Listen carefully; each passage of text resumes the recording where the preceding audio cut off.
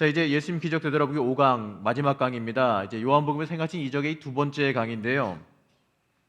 자, 이제 지난 시간에 이어서 이제 요한복음에서 나오는 표적을 한번 이제 마지막으로 다뤄보려고 합니다. 오늘 살펴보는 이적은요, 이렇게 됩니다. 자, 지난주에도 한번 놨던 표인데요. 이번에 좀 색깔이 바뀌어 있죠. 자, 지난주에 보셨으니까 아시겠죠? 빨간색 표시되어 있는 게 오늘 할 거, 나머지는 지난주에 한 거, 그리고 맨 마지막에 8번은 후대 첨부라고 제가 되어 있는 거는 나중에 필요에 의해서 끼워 넣은 거기 때문에 굳이 할 필요 없어서 그냥 빼놓은 겁니다. 자, 이렇게 돼서 이 세 가지를 오늘 나누어 보려고 합니다. 자, 보게 되면 이 첫 번째가 왕의 신하의 아들을 고친 이적이 있고요.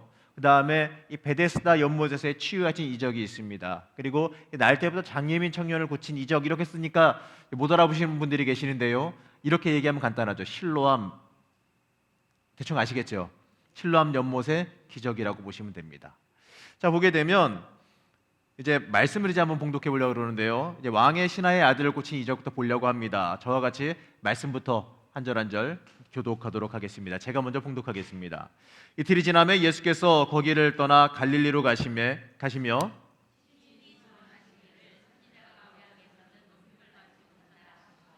갈릴리에 이르심에 갈릴리인들이 그를 영접하니 이는 자기들도 명절에 갔다가 예수께서 명절 중 예루살렘에서 하신 모든 일을 보았음이더라.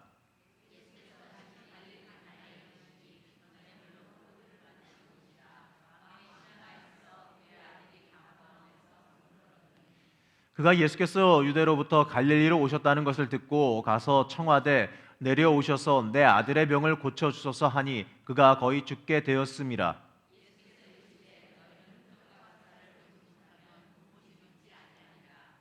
신하가 이르되 주여 내 아이가 죽기 전에 내려오소서.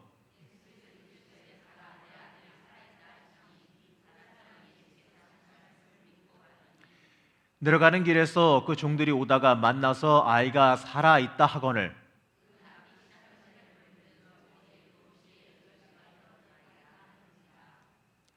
그의 아버지가 예수께서 내 아들이 살아 있다 말씀하신 그때인 줄 알고 자기와 그 온 집안이 다 믿으니라. 함께 봉독합니다. 이것은 예수께서 유대에서 갈릴리로 오신 후에 행하신 두 번째 표적이니라. 아멘.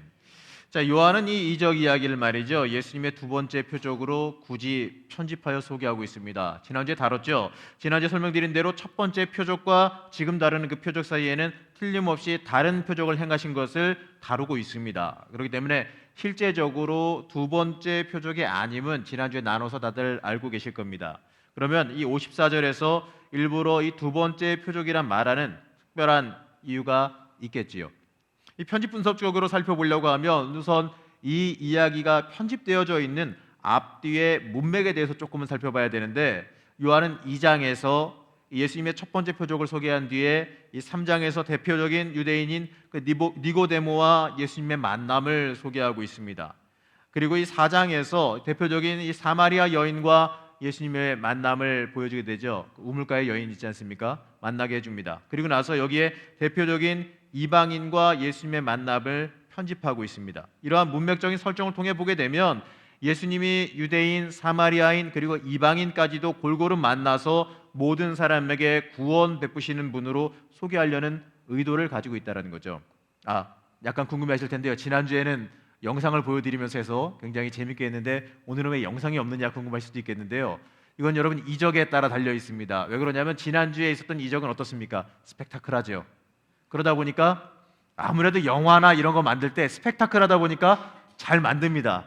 그 영상 되게 많이 보기 좋으니까 만드는데요. 오늘 다루는 기적들은 다 스펙타클하지 못합니다.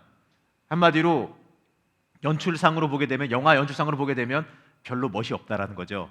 뭐 좀 그럴싸하게 뭔가 좀 뒤집어지고 물도 갈라지고 바다도 잔잔해지고 물 위에서 걸어오고 이래야 되는데 없다라는 거예요. 죽은 자도 뻘떡뻘떡 일어나고 이래야 되는데 그런 게 없지 않습니까? 그냥 지나가는 대화처럼 모든 게 다 진행되는 이야기다 보니까 그런 게 없어요. 그러니까 저라고 영상 안 넣고 싶었겠습니까? 열심히 찾아봤는데 없더라고요. 그냥 없어서 그냥 말로 하겠습니다. 양해해 주시기 바랍니다. 사실 이 예수님의 구원에 대해서 우리가 한정지어서는 안 된다라는 거죠.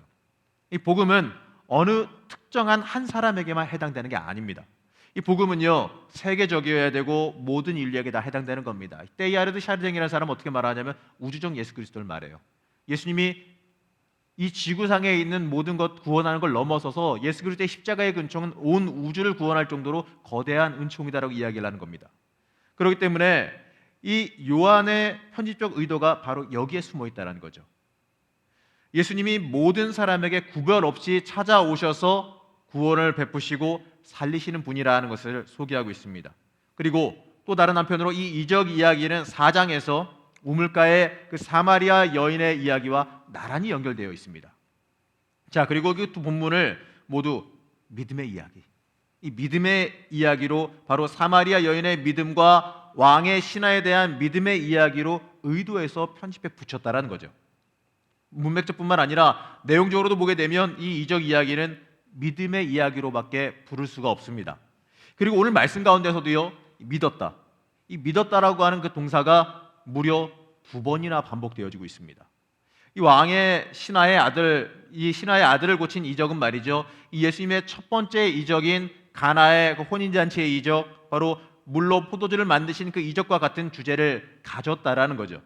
이 가나의 혼인잔치 이적이 생명을 풍성하게 하는 것이라고 한다면, 지금 같이 보는 이 두 번째 이적은 말이죠, 죽음과 멸망의 즉각적인 위협으로부터 생명이 구원되어졌다, 죽음에서 건져졌다라는 것을 강조합니다.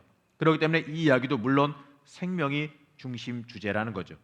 자, 이렇게 대략적인 개요를 살펴봤다면 말이죠, 요한이 이 이적 이야기를 예수님의 두 번째 표적으로 굳이 소개하는 이유와 목적이 무엇이겠습니까? 첫 번째로 말이죠, 생명의 주제로서 예수님은 생명을 주시는 분이라는 메시지를 강조합니다.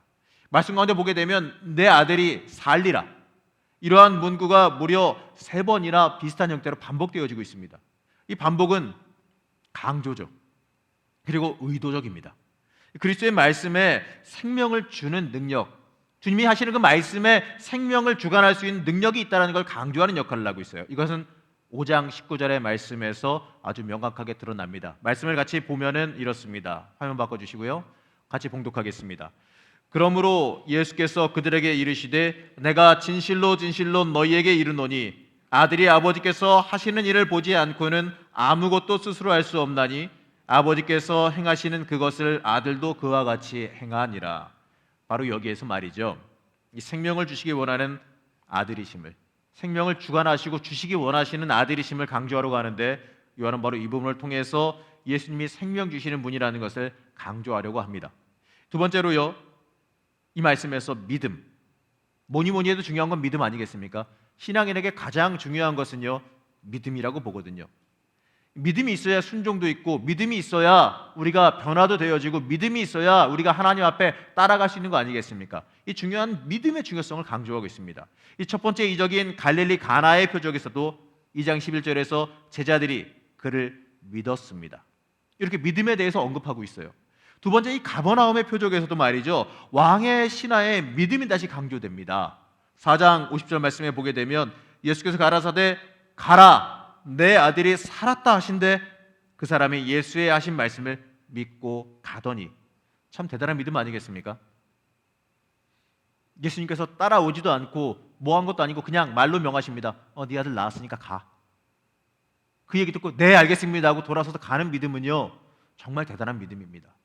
예수님이 하신 말씀, 예수님이 생명을 주관하신 분이라는 것을 믿지 않으면, 예수님이 말로만 말해도 사람이 죽었다 살았다 한다는 것을 믿지 않으면 그렇게 할 수가 없는 거거든요. 그것을 믿었기 때문에 예수님이 가라 네 아들이 살았다라고 하니까 그냥 믿고 그냥 되돌아 가는 겁니다. 그리고 결론에서 다시 4장 53절에서 뭐라고 말하냐면 그와 그의 온 집안이 함께 믿었습니다. 자, 이적 이야기인데, 기적에 대한 이야기인데 굳이 믿었다, 그의 온 집안이 믿었다라고 하는 이야기를 굳이 집어넣고 있습니다. 이 이야기는 바로 믿음이 강조되고 있는 이야기라는 거죠. 그렇기 때문에 이 두 번째 표적의 결과가 모두 믿음에 대한 강조로, 믿음에 대한 결론으로 끝나고 있습니다. 이적뿐만 아니라 앞에 우물가의 그 사마리아 여인의 이야기에서도요, 4장 39절에 보면 이렇습니다. 많은 사마리아 사람이 예수님을 믿었습니다. 이렇게 이야기가 끝나요. 이렇게 사마리아인들의 믿음에 대해서 굳이 다루고 있다란 이야기죠. 결국 요한은 말이죠, 왕의 신하의 아들을 고친 이적을 통해서 무엇을 말하려고 하냐면 믿음이 생명과 아주 밀접한 관계를 가진다라는 겁니다. 바로 믿으면 산다라는 것이죠. 믿으면 생명이라는 것입니다. 믿음이 생명이라는 거예요. 믿음은 생명으로 우리를 인도해 줍니다. 믿음이 모든 것의 승리이고 믿음만이 생명이라는 것을 요한은 강조하고 있다는 이야기죠. 요한은 이 복음서 전반, 요한복음서 전반에 걸쳐서 생명과 믿음을 연관시키고 있어요. 그렇기 때문에 이 왕의 신하의 아들을 고친 이적이 두 번째 표적으로 굳이 선택되게 되어진 겁니다. 자, 이걸 통해 우리가 살펴볼 수 있는 것은요, 요한의 강조점은 믿음에 있고 또 그 믿음이 우리에게 이 생명과 같은 것임을, 바로 생명을 좌우하는 것임을 가르쳐주고 있습니다. 여러분, 믿음은요 선택사항 아닙니다. 신앙인에게 믿음은요 선택사항이 아니라 필수적이고 가장 기본적이고 가장 모든 것의 근본입니다. 믿음은 기적을 불러옵니다. 믿음은 역사가 일어나는 시작점이라는 걸 우리가 잊지 말아야 됩니다. 우리의 생명이 살게 되는 길이죠. 자, 오늘 말씀에도 화면 보게 되면 예수께서 이르시되 가라, 내 아들이 살아있다 하시니 그 사람이 예수께서 하신 말씀을 믿고 가더니라고 말하죠. 그의 믿음으로 순종하며 갔더니 어떻습니까? 아들이 살았지요. 중요한 것은요, 믿음입니다. 예수님에 대한 믿음, 예수님이 행하신다라고 하는 그 믿음, 예수님 앞에 나오면 모든 것이 해결되어진다라고 하는 그 믿음이 승리함을 가져오게 되어져 있습니다. 중요한 것은 나와 하나님 간의 거리입니다. 하나님과 나와의 거리가 얼마나 가깝냐 가깝지 못하느냐가 모든 것을 결정한다는 거죠. 하나님과 나와의 거리를 결정하는 게 뭐냐? 믿음이라는 것입니다. 여러분, 생각해 보시기 바랍니다. 북극에 얼음이 많이 있잖아요. 남극에도 얼음이 많이 있잖아요. 그게 왜 있겠습니까? 왜 있겠어요? 간단하게 생각하자고요. 추워서. 맞는 얘기예요. 그럼 왜 추워요, 거기가? 그럼 적도 햇볕을 덜 받아서. 정답이에요. 무슨 얘기냐면 태양과의 거리가 뭐 전체 우주로 따지면 별거 아닌 것 같아 보이지만 어쨌든 간에 자전축이 틀어짐으로 인해서 적도랑 북극, 남극이랑은 거리가 좀 다릅니다. 그러다 보니까 거리가 멀어지니까 어떻습니까? 얼어붙지요. 바로 그겁니다. 우리가 하나님과의 거리가 멀어지면 얼어붙습니다. 하나님과의 거리가 멀어지면 우리의 영이 얼어붙고 우리의 삶이 얼어붙고 하나님과의 모든 소통의 관계가 다 얼어붙어 끊어지게 되어진다는 것입니다. 중요한 건 하나님과 우리와의 거리입니다. 거리가 가까워지면 얼음이 녹습니다. 제가 전에 살던 집 앞에 골목길이 있었는데 우리 같이 살던 그 부목사님들이 그 길을 갔다가 눈이 한 번 오면은 봄이 올 때까지 녹지 않기 때문에 만년설이라고 흔히 농담하면서 불렀습니다. 거기 가면서 아이젠을 신고 다녀야 되나 이렇게 농담할 정도로. 왜 그러냐면 새벽에 가다가 몇 번이고 새벽에 아무래도 좀 이제 정신없이 가지 않습니까? 가다 보면 몇 번이고 넘어지기도 하고 이러거든요. 되게 아파요. 근데 안 녹아요. 다른 데 다 녹아도 거기는 이렇게 그늘져가지고 앞에 아파트가 있어가지고 그늘져가지고 안 녹더라고요. 근데 간단한 거는 그렇게 뭐 망치로 깨고 뭐하고 해도 안 녹던 게 봄이 오면은 언제 녹았냐 싶게 다 사라져 버리더라는 거죠. 바로 따뜻해지면 다 녹게 되어 있어요. 우리 인생에도요, 어려운 문제나 해결되지 않을 것 같은 괴로운 것들 있습니까? 하나님과 거리가 가까워지면 녹습니다. 안 녹을 것 같고 어떻게 안 될 것 같은 그러한 단단한 것들일지라도요, 하나님과의 거리가 가까워지면은 눈이 녹듯이 얼음이 녹듯이 다 사라져 버린다는 거죠. 그러면 하나님과 나와의 거리는 무엇으로 좌우되느냐? 믿음입니다. 내가 하나님 믿는 그 믿음이 모든 문제의 해결점입니다. 기적이 시작되는 시작점이 무엇입니까? 믿음입니다. 믿음이 나를 하나님과 가까이 가게 만들어주고 하나님과 가까이 감으로 인하여서 모든 문제와 어려움이 해결되어지는 은혜가 여러분에게 임할 줄로 믿습니다. 그 믿음 붙잡고 생명의 길로 나아가는 여러분 되시기 바랍니다. 자, 보게 되면 이제 베데스다 연못에서의 치유의 이적에 대해서 보려고 그러는데요, 말씀을 같이 한번 봉독해 보려고 합니다. 자, 1절에서 18절 말씀인데요, 저와 같이 한 절 한 절 또 교독해 보겠습니다. 그 후에 유대인의 명절이 되어 예수께서 예루살렘에 올라가시니라.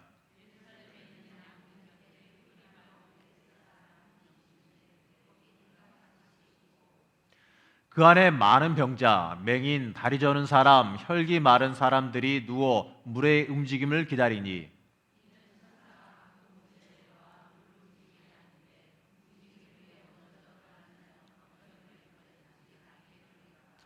거기 38에 된 병자가 있더라.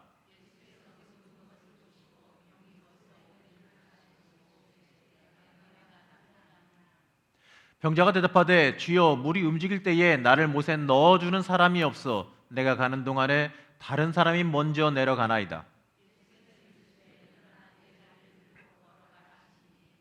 그 사람이 곧 나아서 자리를 들고 걸어가니라. 이날은 안식일이니.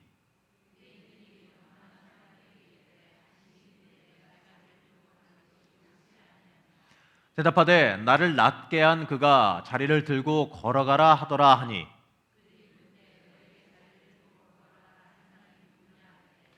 고침을 받은 사람은 그가 누구인지 알지 못하니 이는 거기 사람이 많음으로 예수께서 이미 피하셨음이라.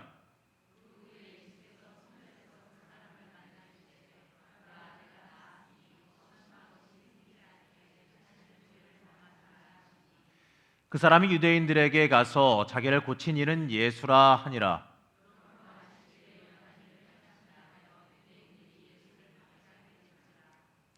예수께서 그들에게 이르시되 내 아버지께서 이제까지 일하시니 나도 일한다 하시매 유대인들이 이로 말미암아 더욱 예수를 죽이고자 하니 이는 안식일을 범할 뿐만 아니라 하나님을 자기의 친아버지라 하여 자기를 하나님과 동등으로 삼으심이로라. 아멘. 자, 이 이적 이야기요, 다들 잘 알고 계시는 이야기일 겁니다. 이 이야기를 읽다 보게 되면 참 유대인들에 대해서 여러 가지 감정이 생기게 되는데요, 뭐 이런 사람들이 다 있나 싶은 생각이 좀 듭니다. 눈앞에서 무려 38년 된 병자가 병이 나아서 일어났는데 그것을 두고 너 안식일을 범했으니 너는 잘못이다, 마치 병이 왜 너 나았느냐라고 따져 묻는 사람들 같아 보인다라는 거죠. 병고침을 받은 것을 보면 축복해주고 축하해줄 일이지 그것을 놓고 시시비비를 따진다니 어떻게 보게 되면 참 답답한 사람들이기도 하죠. 그리고 이러한 이적을 행하시는 것을 보면 혹여나 메시아가 아니신지 어떠한 분이신지 조심스럽게 생각해 봐야 되는데 자신들의 그 틀의 기준에서 벗어난다 하여, 말씀의 기준도 아니고 자신들의 기준에 벗어난다 하여 죽일 생각을 하는 것을 보니 어떻게 보게 되면 참 답답하게 여겨지는 본문이기도 합니다. 그런데 이 말씀은 말이죠, 예수님이 이적을 행하신 것에서만 끝나는 게 아니라 그 뒤에 유대인들이 와서 그 병자와 이야기하는 것과 예수님에 대해 어떤 마음을 품게 된 것까지도 같이 다루고 있습니다. 자, 요한복음의 이 표적은 표적 자체만 놓고 볼 것이 아니라 그 뒤에 오는 이 설교와도 함께 읽어야 그 참된 뜻을 파악하기가 쉽다라고들 배웠죠. 자, 먼저 이 이적 이야기를 살펴보게 되면 행하신 배경이 다른 것을 좀 보게 됩니다. 자, 공관복음서에는 예수님의 이적들이 대부분 갈릴리에서 행하신 것으로 다루고 있습니다. 그런데 이 요한복음에서는요, 예수께서 예루살렘에서 행하신 이적들이 소개되어지고 있습니다. 이 첫째와 둘째 표적은 갈릴리에서 행하신 이적이지만 이 세 번째 이적, 이 베데스다 연못에서의 치유의 이적은 예루살렘에서 행하신 이적이라는 거죠. 자, 학자들이 흔히 뭐라고 말하냐면 우리가 읽는 요한복음이 5장과 6장이 그 후대의 잘못으로 순서가 뒤바뀌었다라고들 많이 이야기합니다. 자, 그것을 기본 전제로 한번 깔고 제가 다시 한번 그 기적을 갖다가 배열을 다시 한번 바꿔봤습니다. 자, 앞에 화면 보이시죠? 자, 보게 되면 자, 1, 2, 3, 4 순서가 바뀌어 있는 거 보이시죠? 첫 번째가 뭐죠? 자, 두 번째는? 세 번째는? 자, 네 번째는? 자, 그 다음에가 베데스다 연못에서의 치유의 이적, 실로암 연못에서의 치유의 이적, 나사로를 살리신 이적, 많은 물고기를 잡게, 이건 뭐 어떻게 빼더라도 자, 이거 보게 되면 바뀌어 있단 말이죠. 바뀌어 있는데 제가 색깔을 이렇게 구분해 둔 이유가 뭐냐면 이걸 이 기점으로 해서 예루살렘과 이 갈릴리에 행하신 이적이 나눠진다는 얘기예요. 순차적으로. 자, 요한복음을 이 표적의 책에 나오는 7개의 이적 중에서 처음 4개인 가나의 혼인잔치, 왕의 신하의 아들을 고침, 무리를 먹이심, 물 위를 걸으심 모두 갈릴리에서 행하신 이적입니다. 그리고 그 뒤에 나오는 3개인 베데스다 연못, 실로암 연못, 베다니의 나사로의 부활, 이 모든 것이 예루살렘과 예루살렘 그 근처에서 행하신 이적이라는 거죠. 자, 이렇게 배열해 보게 되면 이 베데스다 연못에서의 무려 38년 된 이 병자를 고치신 이적과 이 실로암 연못에서의 날 때부터 장님이었던 이 청년을 고친 이적이 서로 나란히 그리고 연속적으로 연결되는 걸 보게 됩니다. 그리고 둘 다 예루살렘 안에서, 그리고 둘 다 연못에서 행하신 이적으로 물이 치유적인 능력을 가진 것으로서 소개되는 이적들입니다.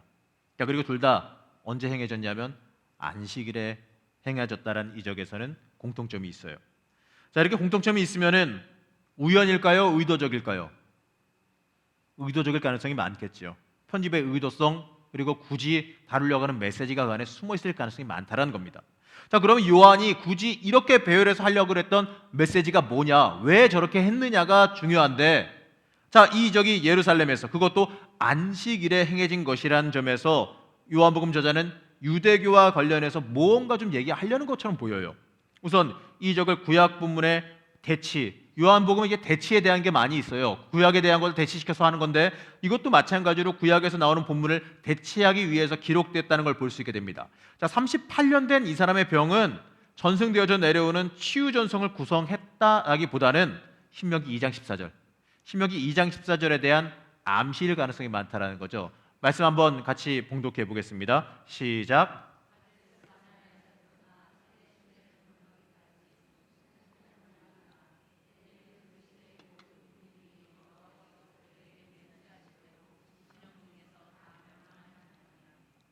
자, 중요한 거는 연수입니다. 자, 바로 이 말씀에서 광야에서 거주했던 연수가 몇 년이다라는 것을 알려주고 있어요. 몇 년이죠? 38년입니다. 그렇기 때문에 이렇게 해석할 수가 있어요.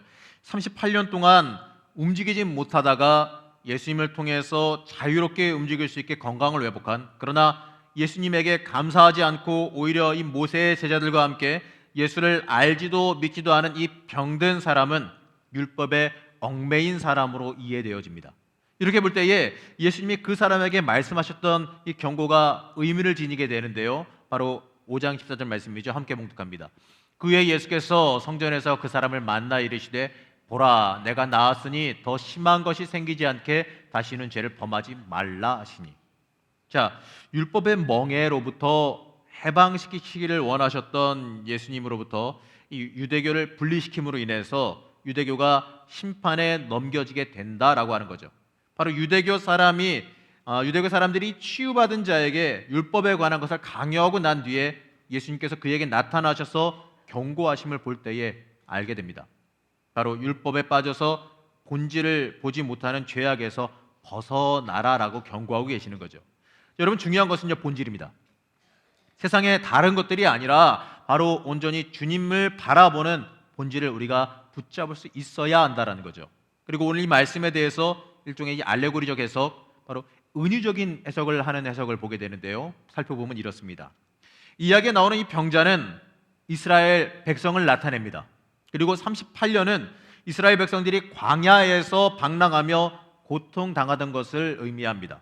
그리고 여기에 나오는 이 베데스다라고 하는 이 연못에 있는 다섯 행각은 왜 다섯 개냐? 모세 오경, 율법의 다섯 가지의 이 모세 오경을 의미한다는 거죠. 그리고 이 율법은 사람들에게 삶에서 무엇이 잘못될 것인지, 그리고 무엇이 죄인지만을 알려줄 수가 있다는 겁니다.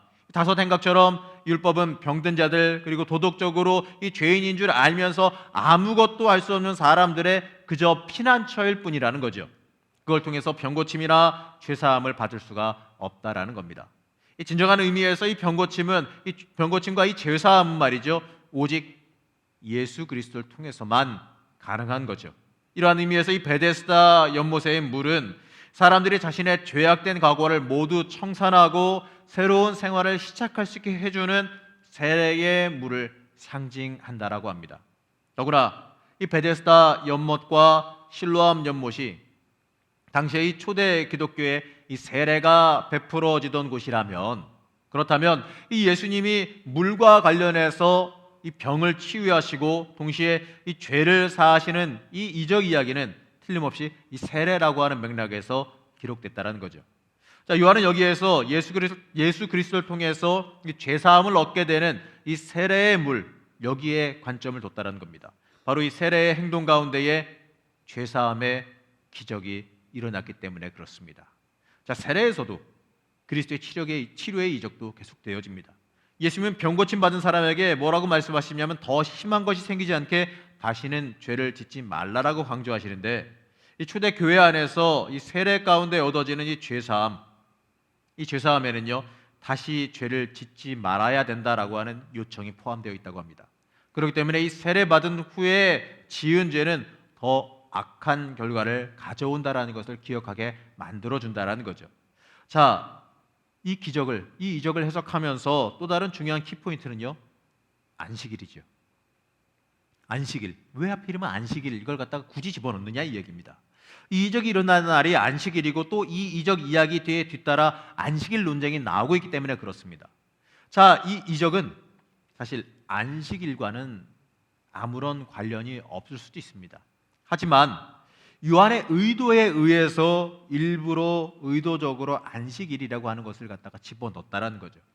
갑자기 이 이적 이야기의 결론인 9절에서는요, 그날은 안식일이었습니다, 이렇게 밝히고 있어요.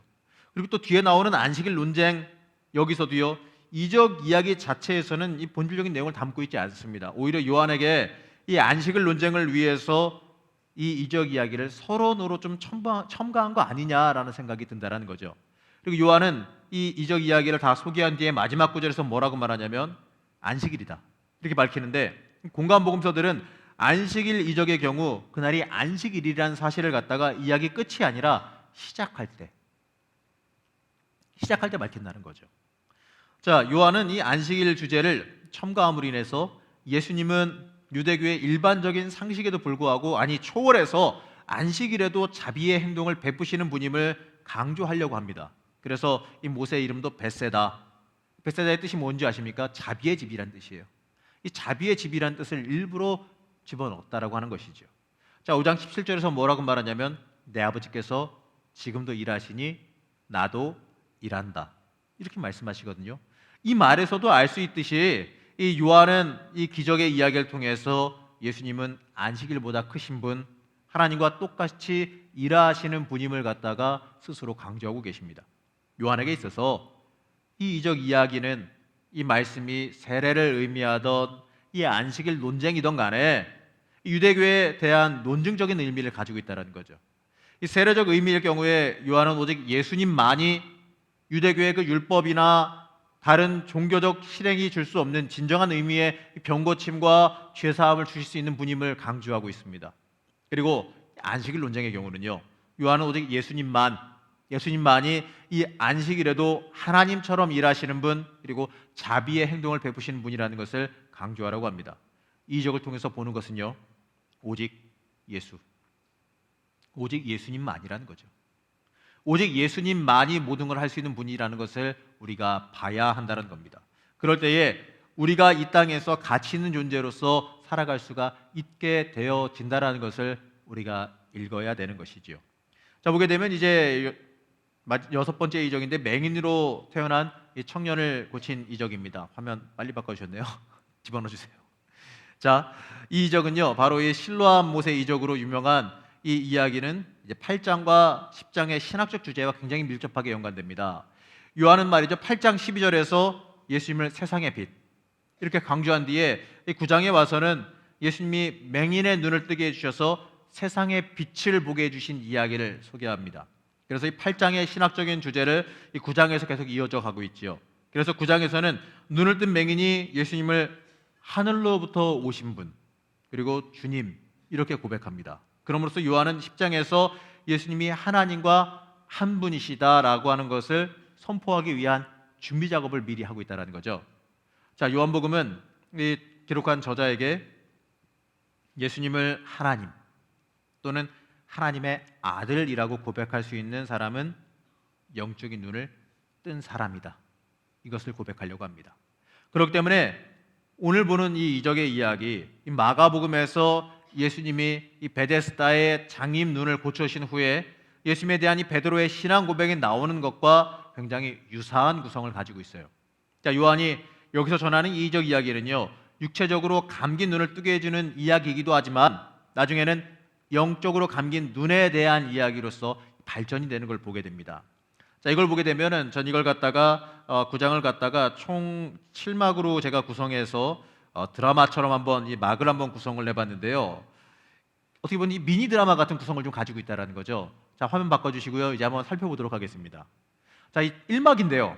첫 번째 막이에요. 자, 이거 연극처럼 한번 제가 한번 구성을 한번 해봤는데, 자, 1막이 올랐습니다. 한번 여러분 머릿속으로 한번 이제 떠올리면서 한번 생각을 해보세요. 말씀이 이제 44절이나 되다 보니까 읽지는 않고 넘어가는데 내용은 다 알고 계실 테니까 넘어가 봅시다. 자, 장님인 청년의 눈을 열어준 이적의 이야기가 1절부터 7절의 이야기입니다. 자, 실제로는요, 이 이적 이야기는 6절, 7절만 있고 나머지는 이제 서론에 대한 부분이죠. 자, 장님의 눈을 열어준 이적의 이야기가 이제 펼쳐졌습니다. 자, 그리고 이 막인데 이 막이 펼쳐져요. 무리들의 반응입니다. 어떠한 반응을 했느냐? 무리가 두 종류로 구분이 돼요.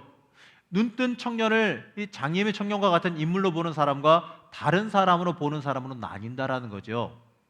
그리고 중요한 키포인트는 이 무리들과 청년 간의 이 대화에 달려 있습니다. 그대는 어떻게 눈을 뜨게 되었는가? 내가 가서 씻었더니 보게 되었다라고 고백하지요. 자, 이게 2막이란 얘기예요. 자, 그럼 3막에 대한 얘기를 한번 볼까요? 눈뜬 청년에 대한 이 종교 지도자들의 첫 번째 신문이 벌어집니다. 눈 떴으면은 그냥 축복해주고 그냥 잘 기도해줄 것이지 뭘 이렇게 불러다가 또 이제 닦아세우고 신문을 하는지 참 나쁜 사람들이에요. 자, 보게 되면 바리새인들이 물어보죠. 어떻게 보게 되었는가? 내가 눈을 씻었더니 지금 나는 본다. 아까랑 똑같은 대답을 합니다. 자, 바리새인이 또 이제는 또 그렇게 물어봐요. 당신의 눈을 고쳐준 그분을 너는 어떻게 생각하느냐? 참 못됐죠? 근데 이 청년의 대답이 참 훌륭합니다.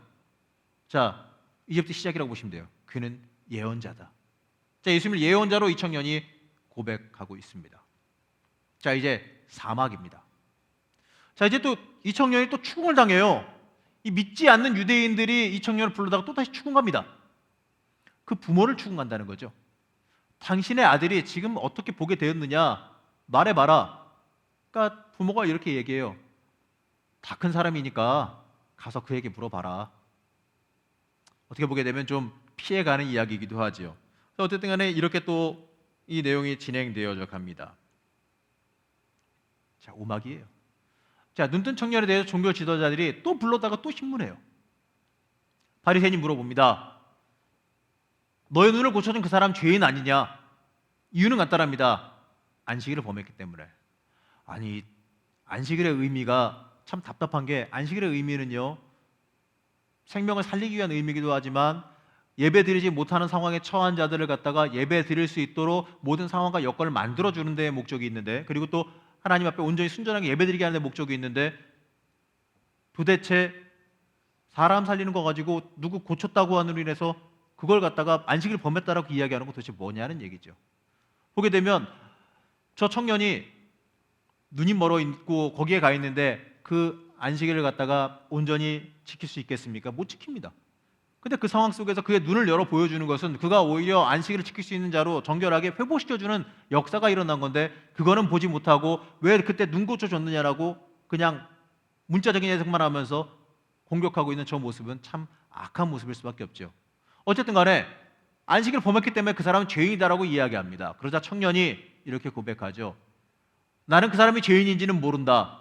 다만 내가 아는 것은 그 사람이 나를 낫게 해서 내 눈 열어서 보게 했다. 이 얘기는요, 좀 어떻게 보면 따져 묻는 것 같기도 해요. 바리새인에게 너는 내 눈 열어서 보여줬냐? 이 사람은 내 눈 열어 보여줬는데 뭘 따지냐는 식으로 얘기할 수도 있겠지요. 자, 이게 바리새인이 또 물어봅니다. 말합니다. 그 사람이 어디서 왔는지 우린 모른다. 한마디로 인정 못하겠다는 얘기예요. 예수님이 기적을 행한 거, 눈 먼 자 눈을 열어준 거 인정 못하겠다라는 이야기죠. 참 이렇게 인정 안 하기도 힘들 거예요. 애써 외면하고 있는 저 모습 보면 안타깝기도 합니다. 자, 그런데 이제 이 청년의 고백이 바뀌죠. 33절의 말씀을 제가 써놨는데 노란색으로 구분되어 있습니다. 같이 한번 저 부분 한번 읽어보겠습니다. 시작. 아까는 이 청년이 누구로 고백했었죠? 예언자. 근데 지금은 누구예요? 하나님께로부터 오신 분이다. 고백이 바뀌어지고 있지 않습니까? 자, 그 다음 거 보자고요. 예수님과 이제 청년이 두 번째로 만납니다. 예수님께서 이제 그 사이에 등장 안 하시다가 처음에 그 고틀 때만 등장하시다 이제 없다가 이제 예수님 등장하셨어요. 예수님이 물어봅니다. 네가 인자를 믿느냐? 그러자 그 청년이 뭐라고 대답하죠? 네, 주님, 내가 믿습니다. 믿음의 고백을 갑자기 뜬금없이 해요. 뭔가 몰아가고 있는 것 같은 느낌이 들지 않습니까? 의도가 보이지 않습니까? 자, 이제 마지막 결론을 보자고요. 드라마의 결론입니다. 종교 지도자와 예수님과의 간단한 대화를 하게 됩니다. 내가 온 것은 보지 못하는 사람을 보게 하고 보는 사람은 맹인이 되게 하려는 것이다. 그래서 바리새인이 말합니다. 우리가 눈 멀었느냐? 예수님이 말하죠. 맹인이었다면 오히려 죄가 없었을 것이나 본다고 말하니 죄가 그대로 남아있다라는 거죠. 영의 눈이 열리지도 못한 주제에 오히려 봤다라고 오히려 그렇게 하니 그게 더 죄라는 것이죠. 안타까운 이야기를 하고 있으면서 결론을 맺고 있습니다. 자, 이렇게 구성되어 있어요. 9장은 우리로 하여금 이 육체적인 맹인을 고친 이야기는요, 사실 영적인 눈먼자, 이 영적인 눈먼자를 고치는 것에 상징에 불과하다는 것을 서서히 보여주고 있습니다. 자, 요한의 의도는 말이죠, 이 고침받은 청년의 믿음이 첫 번째 간증으로부터 그리고 마지막 고백에 이르기까지 점점 성장하는 것을 보여준다는 거죠. 어찌 보게 되면 좀 약간 빗대서 보면 이 여러분이 막을 제가 구성해서 본 이 드라마의 이야기가 이런 것 같아요. 저 청년의 이 성장 드라마 같기도 해요. 신앙이 자라는 성장 드라마가 아닌가. 열심히 체험하고 만나면서 처음에 예언자다 뭐다 이렇게 고백하다가 나중에는 뭐 주님으로 끝까지 고백하게 되는, 그리고 믿습니다라고 고백하게 되는 성장 드라마, 신앙의 성장 드라마가 아닌가라는 생각을 한번 해봤습니다. 자, 어쨌든 간에 이 맨 처음 청년은 예수님을 갖다가 사람이라고 말하죠. 그 사람, 그리고 그 뒤엔 선지자, 그 다음엔 하나님께로부터 오신 분, 그리고 마지막에는 주님, 나의 주인 큐리오스라고 고백을 하게 되죠. 명확하게 고백합니다. 그렇기 때문에 이 이야기는 말이죠, 맹인이었던 이 청년의 육체적인 눈이 열리는 것도 열리는 거지만 그것보다도요, 가장 중요한 영의 눈이 점점 열리는 것을 보게 됩니다. 육신적인 눈이 뜨면서 사람으로 봤습니다. 그러다가 영의 눈이 조금 열리니까 예언자로 봤습니다. 그러다가 영의 눈이 점점 열리면서 또렷해지니까 하나님의 보낸 사람으로 보입니다. 그리고 나서 영에 더 또렷해지면서 눈이 완전 열리자 믿습니다, 주님, 이렇게 고백하게 되어지는 거죠. 이 이야기는요, 베데스다 연못에 38년 된 병자를 고친 이야기와 굉장히 밀접한 연관성을 지니고 있습니다. 우선 보게 되면 모두 병자의 병 고침이 어디서 일어나느냐? 연못이에요. 연못에서 일어난다는 거죠. 두 번째는 모두 안식일에 일어난다는 겁니다. 세 번째는 이 이적 때문에 예수님과 유대인 간에 논쟁이 일어난다는 거예요. 네 번째는요, 베데스다에서 예수님이 생명을 주시는 분으로 소개되는데 실로암에서는 예수님이 무엇을 주시는 분? 빛을 주시는 분으로 묘사되어지고 있다는 거죠. 바로 이 내용들에서 이 세례와 연관된다는 점에서도 공통점을 지니고 있어요. 자, 눈먼 청년이 실로암의 물을 통해서 시력을 되찾듯이 이 세례받는 사람은 세례의 물 가운데에 보내심을 받은 자인 그리스도를 통해서 참된 빛을 되찾게 된다는 거죠. 그리고 병고침의 결말 또한 굉장히 의미심장합니다. 유대인들은 말이죠, 그 맹인을 회당으로부터 쫓아냈어요. 마찬가지로 그리스도의 이름으로 세례를 받은 자들도 회당으로부터 쫓겨났다는 거죠. 여기에 대해서 잠깐 유명한 이 신학자들의 해석을 한번 살펴보게 되면 이 알리 브라운의 본문 해석인데요, 화면 좀 보여주시면 됩니다. 자, 이 브라운이라고 하는 사람은요, 이 물의 치유적 능력에 대해서 집중했습니다. 이 맹인이 눈을 뜨게 된 것은 오직 그가 실로암의 물에 눈을 씻었을 때라는 거죠. 요한은 이 치유의 능력을 가진 실로암 연못의 이름을 해석하면서 보냄을 받았다, 9장 7절에서 이 보냄을 받았다란 뜻이다라고 7절에 설명합니다. 그러면서 이 연못의 물을 예수님이랑 연관을 짓고 있습니다. 자, 요한복음에서 예수님이 스스로 보내심을 받은 자, 예수님이 본인을 가리켜 말하자면 인자, 스스로 보냄을 받은 자라고 강조하는데 바로 그것의 연장선상이라는 거죠. 더구나 요한은 이 이적 앞에서 7장 38절에서 예수님이 생명을 주는 물의 근원이심을 밝히고 있습니다. 자, 여기 밑에 나를 믿는 자는 있죠. 같이 한번 봉독해 보겠습니다. 시작.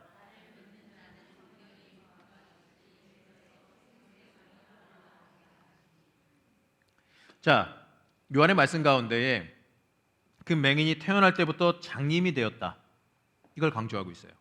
그리고 그 사람의 육체적 맹인됨을 갖다가 영적 맹인됨의 죄와 대조시키고 있다는 거죠. 그렇기 때문에 우리는 여기에서 그 사람이 죄 가운데 태어났다고 하는 사상, 그리고 보내심을 받았다라고 하는 의미를 가진 실로암 물에 씻음으로써 날 때부터 맹인이었던 사람이 고침을 받게 되는 것이 이 보냄을 받은 자이신 예수님으로부터 내가 죄 용서함을 받게 된다라는 것을 보여주고 있습니다. 여기에 대해서 성 어거스틴을 갖다가 이렇게 해석하고 있는데요, 제가 읽어보면 이렇습니다. 이 장님은 인류를 대표한다. 만일 맹인이라는 사실을 믿지 않는 것을 뜻하는 것이라면 그가 눈을 뜨게 된 것은 그가 믿음을 갖게 된 것을 뜻한다. 그가 보냄받은 자로 해석되어지는 연못의 물에다가 그의 눈을 씻었는데 이것은 그가 그리스도 안에서 세례를 받은 것을 의미한다. 여러분, 세례 받는 게 뭡니까? 그냥 교인으로서 뭐 해야 되는 연례 행사, 아니면 교인으로서 해야 되는 그 통과 의례 그냥 지나간 거로 생각하십니까? 세례는 돌이킴입니다. 돌이키는 겁니다. 내가 주인 되어 살아가던 내 인생, 이제는 하나님이 주인 되어 살아간 인생으로 바뀌는 겁니다. 죄악을 향해 열심히 전진하고 있던 인생이 획가닥 돌아서서 이제는 하나님 향해서 전진해가는 인생이고, 내가 주인 돼서 내가 알아서 가고 있던 인생을 갖다가 하나님께 붙잡힘 받아서 하나님이 견인하시는 대로 끌고 가시는 대로 끌려가는 인생, 그게 기쁨으로 알고 주님에게 따라가려고 하는 인생, 바로 그 인생입니다. 그것이 바로 세례받음의 고백입니다. 그래서 세례는 강요되는 게 아니라 본인의 고백으로 고백하게끔 되어져 있는 이유가 여기에 있습니다. 다시 태어난다는 거죠. 그 시작점이라는 겁니다. 세례와 함께 회개가 시작되어지게 되고, 세례와 함께 우리가 말 그대로 죄사함을 입고 이제 시작되어지는 새로운 인생으로 살게 되는 것이 시작점이 되어진다는 거죠. 돌이킴이란 이야기예요. 바로 그겁니다. 여기서 말하려고 하는 바로 그겁니다. 우리가 주님 만나서 돌이켰냐 이거죠. 주님 만나서 영의 눈이 열려져서 참되게 주님 따라 걸어가고 있느냐라는 것입니다. 눈을 떴다면 믿음을 가진 걸 뜻한다. 어거스틴 이렇게 말하지 않습니까? 여러분, 눈이 뜨이셨습니까? 여러분, 눈이 뜨여서 믿음을 가지셨느냐는 거죠. 주님께서 여러분 눈을 열어주셨는데, 영의 눈을 열어주셨는데 애써 내 힘으로 그 눈을 감으려고 애쓰고 있지는 않느냐라는 것입니다. 이유는 간단하죠. 눈을 열어봤더니 고생길이 보인다라는 거죠. 관점의 차이 아니겠습니까? 누구에게는 영광의 길로 보이겠지만 누구에게는 고생길로 보일 수도 있다라는 거죠. 각오가 되어 있고 주님을 영광으로 삼고 살아가는 자에게는 그 길이 영광의 길이요 빛의 길이요 내가 소원하는 길이 되어지겠지만, 이 땅에 미련이 아직도 남아있는 사람의 보기에는 그 길은 두려운 길이고 가기 싫은 길이고 놔야 될 게 너무나도 많으니까 속상한 길이 될 수도 있다는 겁니다. 그래서 주님께서 눈을 열어 보여주셨을 때 애써 안 가려고 눈 감고 바둥거리지는 않느냐라는 거죠. 이거는 저의 고백이기도 합니다. 누구나 다 마찬가지겠지만 하나님께서 부르셨을 때에 이 땅에서 하고 싶은 것들이 많이 있었기 때문에 그것을 놓는 데 걸리는 시간들도 있었다는 거죠. 그래도 좀 감사했던 것은 하나님 내가 여기까지만 할게요라고 하나님 허락도 안 하셨는데 스스로 그냥 약속하면서 했던 적이 있었습니다. 하나님 나 이때까지만 딱 하고 그 다음에는 나 관둘게요. 누구 맘대로. 참 웃기죠? 그래도 다행인 거는 그래도 겁은 많아서 주변에서 이제 신학교 가기 직전에 꼭 멀리 갔더니 촬영하고 보나요? 뭐 이거의 대표적인 사람들을 갖다가 실제로 보게 해주시더라고요. 좀 안타까운 이야기지만 사회적으로 굉장히 똑똑하고 잘나시고 또 굉장히 공부도 많이 하시고 세상 지위도 높고 돈도 많이 벌어드신 분이 하나님께서 부르셨는데 그 길을 거부하신 분이 한 분 계셨어요. 이유는 뭐였냐면 간단했습니다. 하나님, 내가 내 능력 가지고 굉장히 많은 돈을 벌어서 그걸 가지고 하나님께 어느 정도 이상의 돈이 벌리면 그걸 가지고 돌아서서 하나님 일 하겠습니다 라고 했던 분이거든요.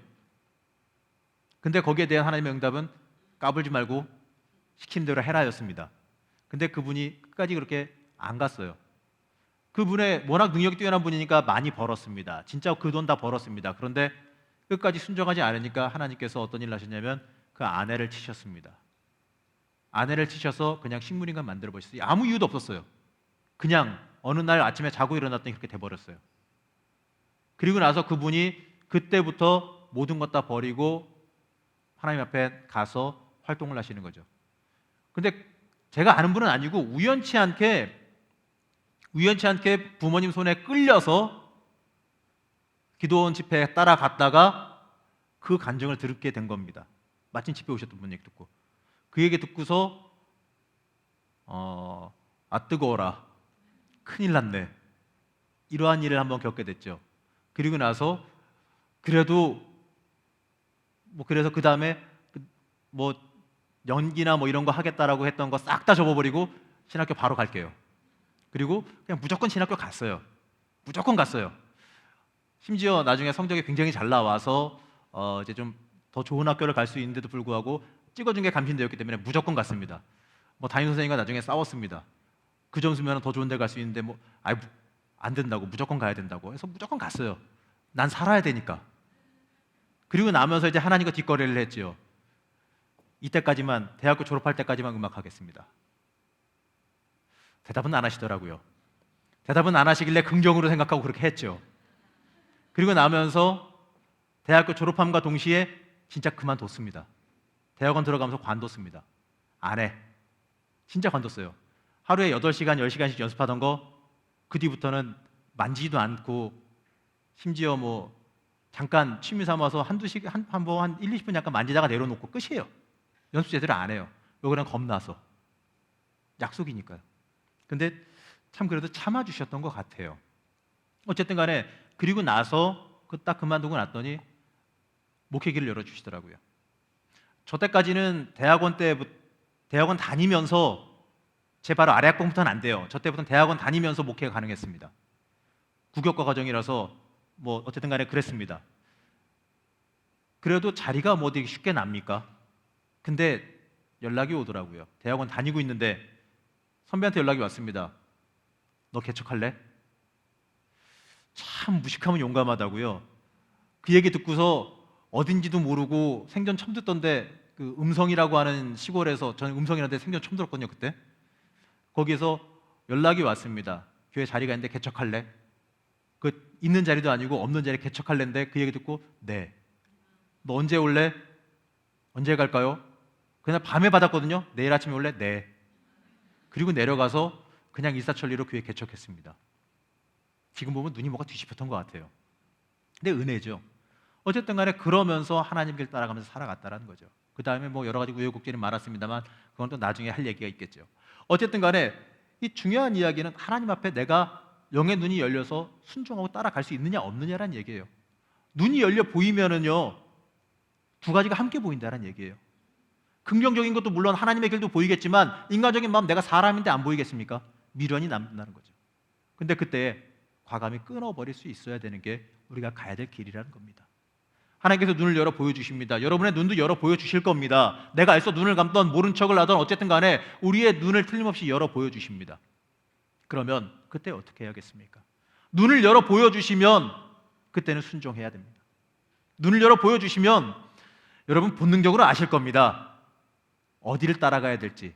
내 스스로 인정하기 싫어할지라도, 애써 외면하고 눈 감고 아닐 거야 라고 얘기하고 싶을지라도 사실은 본능적으로 아실 겁니다. 이 정도쯤 했으면 다 아실 거예요. 본능적으로 아실 거예요. 아이고, 이제는 죽어야 되는구나. 이제는 순종해야 되는구나. 어떻게 해야 되는구나. 그러면서 미련 떨지 마세요. 명령하시면 하면 속 편합니다. 이런 말 있죠.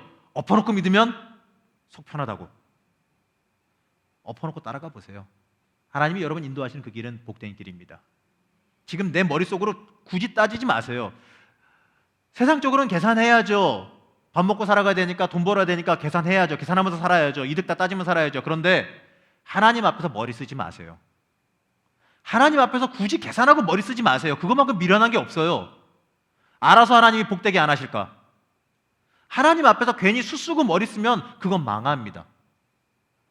하나님 앞에서는요, 시키시면 좀 바보 좀 돼보세요. 시키시면 네 하고 그냥 가세요. 시키시면 네 하고 그냥 좀 한번 해보세요. 뭐 직분 맡기고 뭐 맡기면 아니 뭐 따지지 마세요. 내 상관이 어쩌고 그거는 우리 생각이고 그냥 네 하고 멍청하게 그냥 순종하면 하나님께서 기적으로 역사하십니다.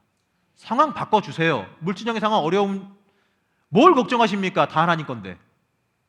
상황 여건 뭘 걱정하십니까? 하나님이 해주시면 되는 거 아니겠습니까? 바꿔주십니다. 만들어주십니다. 하나님이 하라 그러면 순종하면 정말 좋은 거 아니겠습니까? 우리가 말씀 보면서 때때로 답답해하는 경우 많지 않습니까? 순종하지 않는 백성, 순종하지 않는 이스라엘 백성 보면서 답답해하지 않습니까? 또 오늘 말씀에서도 이 바리새인과 사두개인 보면서 얼마나 답답합니까? 아니 뭐 저런 것들이 다 있나 답답해하지 않습니까? 근데 입장 바꿔서 제 3자적인 입장으로 나를 돌아보게 되면 똑같아요. 나라고 다른 줄 아십니까? 좀 객관적으로 날 좀 보자고요. 하나님 앞에서 순종할 줄 알아야죠. 눈 열어주시면 볼 줄 알아야지요. 오늘 말씀에서 보게 되면 전체적인 이적의 결론을 보게 되면 이렇게 볼 수가 있습니다. 요한복음 34절에서 이렇게 말씀하는데 화면 한번 보시기 바랍니다. 같이 봉독하죠. 시작.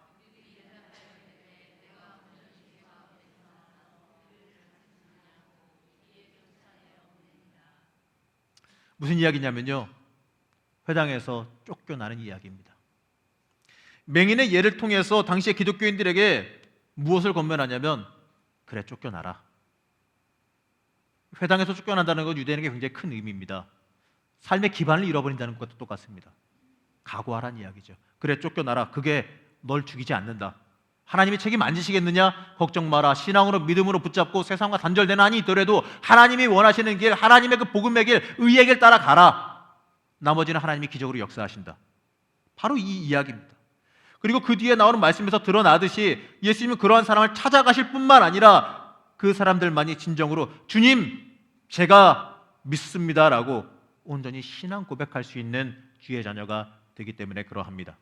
요한은 당시의 기독교인으로서 이 나서기를 주저하고 있는 또는 숨어있는 기독교인들에게 눈뜬 맹인처럼 회당에서 스스로 쫓겨나서 기독교인으로서 확고한 정체성을 확립하라라는 설교를 이 기적의 이야기를 통해 하고 있는 겁니다. 맞습니다, 여러분. 이 실로암 모세 이적은 정체성의 문제입니다. 우리가 눈을 들어 예수님 바라보게 되었다면, 예수님을 진정으로 바르게 고백할 수 있게 되었다면 우리 스스로 참된 신앙인으로 바로 설 수 있어야 합니다. 세상에 이 회당에 나와서 이제는 그리스도인으로서 확고한 모습을 지녀야 됩니다. 나는 누굽니까? 우리 스스로 나는 그리스도인이다라고 하는 참된 고백이 있어야 됩니다. 여러분, 이렇게 5주간에 걸쳐서 이 복음서에서 다루고 있는 예수님의 기적에 대해서 다는 아니지만 그래도 조금 살펴봤습니다. 이 기적의 이야기를 보면서 당시에 예수님께서 이렇게 행하셨다는 것을 지식적으로 그냥 역사적으로 공부하고 알자라고 하는 것이 아닙니다. 여러분, 예수님이 살아계십니다. 믿으십니까? 살아서 지금도 여러분과 함께 동행하시며 역사하고 계십니다. 우리의 삶 속에서, 우리의 인생 속에서 지금도 역사하고 계십니다. 우리는 그걸 믿는 신앙인입니다. 그렇기 때문에 내 인생 속에서도 하나님이 역사하신다는 것을 믿고 의지할 수 있어야 합니다. 나는 예수 믿은 사람입니다. 나는 예수로 죽고 사는 사람입니다.